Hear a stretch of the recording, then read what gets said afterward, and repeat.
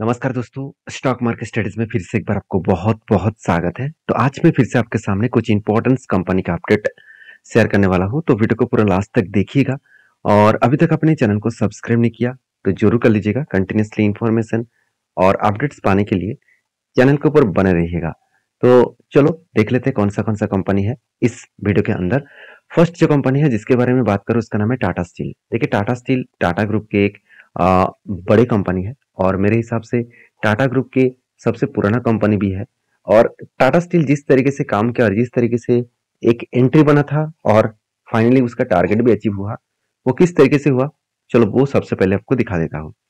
देखिए, हर चीजों में एक मैं आपको हमेशा बात बोलते रहता हूँ कि अगर आपका सही तरीके से आपने कोई कंपनी को चूज किया और सही टाइम तक उसको होल्ड किया तो वो ऑब्वियसली आपको प्रॉफिट जरूर देंगे। जैसे उसके एग्जांपल इस टाटा स्टील के ऊपर आपको देखने को मिलेगा। देखिए, फाइनली क्या हुआ, यहाँ पे ब्रेकआउट हुआ। किस तरीके से ब्रेकआउट, एक कप बना, उसके बाद एक हैंडल बना, उसके बाद ब्रेकआउट हुआ, ब्रेकआउट कंफर्मेशन भी हुआ, उसके बाद रीटेस्ट किया। जब भी रीटेस्ट किया उस जगह पे एंट्री हुआ और उसके बाद देखिए धीरे धीरे करके वो टारगेट के नजदीक चले गए। अभी देखिए टारगेट के नजदीक चला गया और टारगेट नजदीक नहीं, टारगेट अचीव भी हो चुके हैं। तो कितने टारगेट मिला, 18% का टारगेट मिला और वो भी कितने दिनों में, 159 डेज। 159 डेज का मतलब अराउंड 5 मंथ्स। तो 5 मंथ्स में 18% का टारगेट कोई कम है क्या? मेरे हिसाब से बिल्कुल नहीं, बहुत शानदार टारगेट है। और जब एंट्री बना था तब मैंने आपको ये भी बताया कि इसका टारगेट होने का हायर पॉसिबिलिटी है। उसके पीछे दो रीजन था। पहले रीजन क्या है, कंपनी के देखिए प्रीवियस जो स्विंग हाई है उसी हाई के नीचे यहाँ पे टारगेट बना था। इसका मतलब एक पॉसिबिलिटी था इसके टारगेट अचीव होने का। दूसरी बात दूसरी बात और एक चीज मैं आपको बता दूं, कंपनी का जो परफॉर्मेंस है वहां पे भी आपको शानदार ग्रोथ देखने को मिला। जैसे क्वार्टर रिजल्ट में कंपनी का सेल्स आप देखेंगे, सेल्स में 57,000 से 55,000 बना और एक्सपेंस 53,000 से 49,000 बना। तो इसका मतलब कंपनी का अच्छा खासा सेल्स देखने को मिला। नेट प्रॉफिट जो है वो 2000 का लॉस हुआ था, अभी 500 का टोटल प्रॉफिट हुआ। मतलब 2000 लॉस से कंपनी 500 करोड़ तक खुद को प्रॉफिट को कन्वर्ट किया। तो जो लॉस मेकिंग कंपनी था वो कंपनी इस बार प्रॉफिट हुआ। तो पिछले क्वार्टर्स में भी कंपनी का लॉस हुआ था, तो फिर से इस बार कंपनी का प्रॉफिट हुआ। तो इतना लॉस क्यों हो रहा है? देखिए, कंपनी का एक्चुअली ऑपरेटिंग प्रॉफिट देखेंगे तो कंपनी का कोई भी लॉस नहीं है। कंपनी का जो आदर्श इनकम है, जो कंपनी को एक्स्ट्रा आदर्श इनकम मिल रहा है, उस आदर्श इनकम में कंपनी का बिग लॉसेस हुआ था, जिसके चलते हुए कंपनी के प्रॉफिट मार्जिन लॉस में कन्वर्ट हो गया। उसके साथ साथ कंपनी को इंटरेस्ट भी देना पड़ा क्योंकि कंपनी का अच्छा खासा लोन भी है। तो कितना कर्जा है, चलो मैं आपको यहाँ पे दिखा देता हूँ। तो वो आप देखेंगे तो कंपनी के ऊपर जो ROE है वो एवरेज लेवल के आसपास है। और कंपनी की डेप्थ जो है वो एक टाइम 1.14% के आसपास हुआ करता था, अभी 0.76% के आसपास है। मतलब कंपनी का डेप्थ थोड़ा सा कम हुआ। उसके साथ साथ कंपनी का नेट प्रॉफिट मार्जिन वो भी देखा जाए तो अच्छा खासा यहाँ पे आपको ग्रोथ होता और पॉजिटिवली देखने को मिला है। तो धीरे धीरे करके कंपनी आगे बढ़ने की कोशिश कर रहा है और इसी बेसिस में मैंने क्या किया, इस कंपनी के ऊपर टेल लिया। और साथ ही साथ और एक कारण भी है, जैसे कंपनी का रिजर्व देखेंगे तो रिजर्व लगातार एक ग्रोइंग मूड में था, बीच में थोड़ा सा कम हो गया, इस बार थोड़ा सा रिजर्व कम हुआ। तो बोरिंग्स जो है वो बोरिंग्स पहले ज्यादा था, 1,16,000 करोड़ के आसपास था। वो बोरिंग कंपनी ने क्या किया, कम किए। तो कुछ पॉइंट जो है वो पॉइंट्स कंपनी को आगे बढ़ने के लिए बहुत ज्यादा हेल्प किया। जैसे CWIP खुद के बिजनेस के ऊपर कंपनी ने 35% के आसपास यहाँ पे इन्वेस्टमेंट किया, सॉरी 35,000 करोड़ के आसपास यहाँ पे निवेश किया। तो खुद के बिजनेस के ऊपर जो कंपनी इतना ज्यादा निवेश कर रहा है तो क्या उस कंपनी का ग्रोथ नहीं होगा? ऑब्वियसली ग्रोथ होने वाला है।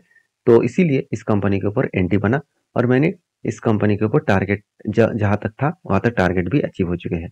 और उसके साथ साथ इंस्टीट्यूशन भी देखेंगे तो म्यूचुअल फंड, उसके बाद FIS, हर कोई व्यक्ति इस कंपनी के ऊपर कंटिन्यू कर रहा है अच्छा खासा होल्डिंग लेकर। तो आपकी क्या राय है जरूर कमेंट्स करना। और फिलहाल के लिए मेरा कोई ट्रेड फिर से नहीं बना। एक्चुअली जो ट्रेड बनने जा रहा है बहुत शानदार तरीके से एक ट्रेड बनने जा रहा है। तो यहाँ पे बिग जैसे क्या बनना है, हेड बना और उसके बाद सॉरी कप बना, उसके बाद एक हैंडल पैटर्न बनने जा रहा है। तो कप विद हैंडल पैटर्न अगर कंप्लीट करे तो बड़ा सा एक धमाका देखने को मिल सकता है। यहाँ पे फिर से एक पैटर्न कंप्लीट होने जा रहा है। एक बार आपको मार्किंग भी कर देता हूँ और भी आपको आसान होगा इसको समझने में। तो पहले क्या बना, यहाँ पे बिग जैसे यहाँ पे है कब बना। तो कप का जो साइज है उस साइज को आप मार्किंग करेंगे तो बड़ा सा एक कप बना, इसका मतलब एक बड़ा सा धमाका एंटी फिर से बनने जा रहा है।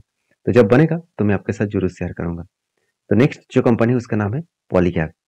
देखिए पॉलीकैब के ऊपर मैं हर दिन आपको वीडियो इसीलिए शेयर कर रहा हूँ क्योंकि बहुत सारे लोगों का डाउट्स था कि सर पॉलीकैब के ऊपर इतना बड़ा फॉल देखने को मिला तो अभी मैं क्या करूँ। देखिए अभी मैं क्या करूँ इसका मतलब ये नहीं कि मैं आपको कोई रिकमेंडेशन करूंगा।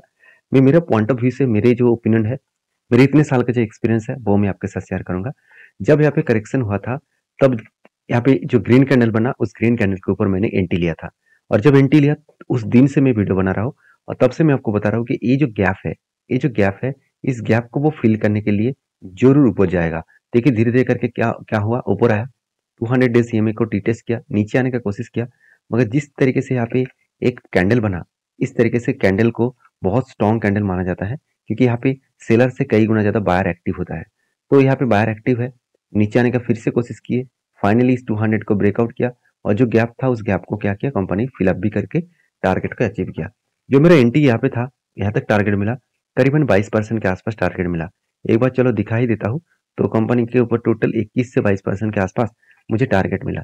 तो इस टारगेट को मैं सेलिब्रेट नहीं कर रहा हूँ, मैं आपको ये बता रहा हूँ कि इस कंपनी के ऊपर अच्छा खासा सिचुएशन आपको मिला था, अच्छा खासा डिस्काउंट प्राइस आपको मिला था। क्या उस डिस्काउंट प्राइस में आप कंपनी के ऊपर एज ए लॉन्ग टर्म के लिए कुछ किया? जरूर मुझे कमेंट्स करना, क्योंकि मैं हमेशा कुछ इस तरीके से काम करता हूँ। हायर लेवल से, टॉप लेवल से अगर किसी कंपनी 20 से 25 टू 30% के आसपास अगर क्रैश हो जाते हैं तो उस जगह पे मैं कुछ क्वांटिटी ऐड कर देता हूँ। ऑब्वियसली यहाँ पे जो कंपनी का हायर साइड से अगर डाउन लेवल तक देखूँ तो ऑलमोस्ट 30% के आसपास क्रैश हुआ था। तो जहाँ पे मैंने ट्रेडिंग पर्पस में भी कुछ क्वांटिटी ऐड किया, उसके साथ साथ एज ए लॉन्ग टर्म के लिए भी कुछ क्वांटिटीज ऐड किया गया, क्योंकि इससे बढ़िया मौका शायद और दोबारा ना मिले। हाँ, इससे कहना गलत होगा कि यहाँ से और भी गिर नहीं सकता, और भी गिर सकते हैं, कुछ भी हो सकता है, ये मार्केट है। हाँ, मार्केट में एक चीज को आपको ध्यान रखना है, अगर कंपनी सेक्टर का नंबर वन कंपनी है, सेक्टर का अगर नंबर वन कंपनी है और कंपनी का परफॉर्मेंस अगर बेस्ट है, तो सोचिएगा उस कंपनी के ऊपर जब भी आपको 25% के आसपास करेक्शन दिखे, 20 to 25% के आसपास, तो उससे बढ़िया मौका आपको दोबारा नहीं मिलेगा। तो शायद दोबारा ना मिले, क्योंकि ये बात मैं नहीं बता रहा हूँ, वॉरेन बफेट जी ने खुद कहा कि अच्छे कंपनी अगर आपको सस्ते में मिल रहा है तो उस कंपनी के ऊपर जरूर आप कुछ डिसीजन जरूर लीजिए, क्योंकि हमेशा हम लोग जब शॉपिंग करने जाते हैं तो हमेशा डिस्काउंट ढूंढते हैं, तो मार्केट में भी आपको डिस्काउंट ढूंढना पड़ेगा। तो बाकी इस कंपनी के ऊपर परफॉर्मेंस के वाइज मैंने टेल लिया, क्योंकि कंपनी के ऊपर करेक्शन हुआ था उस टाइम में भी कंपनी का सेल्स में कोई भी कमियां देखने को नहीं मिला था। एक्सपेंस को भी कंपनी कंट्रोल में रखे, उसके बाद नेट प्रॉफिट 360 से 417 करोड़ के आसपास देखने को मिला। इसका मतलब अलग लेवल का एक प्रॉफिटेबिलिटी ग्रोथ यहाँ पे देखने को मिला है। उसके साथ साथ कंपनी के जो बैलेंस शीट है वहां पे देखेंगे रिजर्व वो लगातार बढ़ता हुआ देखने को मिले, और बोरिंग्स वो भी यहाँ पे घटता हुआ देखने को मिले, और उसके साथ साथ CWI की आईपी के ऊपर भी अच्छा खासा इन्वेस्टमेंट किया गया है। तो जब इतने सारे पॉइंट्स पॉजिटिव है तो क्या उस कंपनी के ऊपर ट्रेड लेने के लिए मतलब चिंता करने का जरूरत है? बिल्कुल मेरे हिसाब से तो बिल्कुल नहीं। तो इसीलिए मैंने ट्रेड लिया, और सिर्फ मैंने ट्रेड नहीं लिया, इंस्टीट्यूशन भी देखिए धमाका बाइंग किया, इसी का फायदा इंस्टीट्यूशन भी उठाया। जो एफएस के पास 5% होल्डिंग था वो खुद 13% होल्डिंग करके रखे है, और डीएस के पास म्यूचुअल फंड के पास 8% होल्डिंग था, वो कुछ क्वांटिटी यहाँ पे बेचा है। अगर डीएस के पास, आदर्श के पास भी होल्डिंग्स है, तो पब्लिक के पास उतना ज्यादा होल्डिंग्स नहीं है 13%, और प्रोमोटर के पास 65%। तो कहने का मतलब है जब इंस्टीट्यूशन इसके ऊपर, इस कंपनी के ऊपर भरोसा कर रहा है, तो मेरा तो भरोसा बनता ही है इस कंपनी के ऊपर।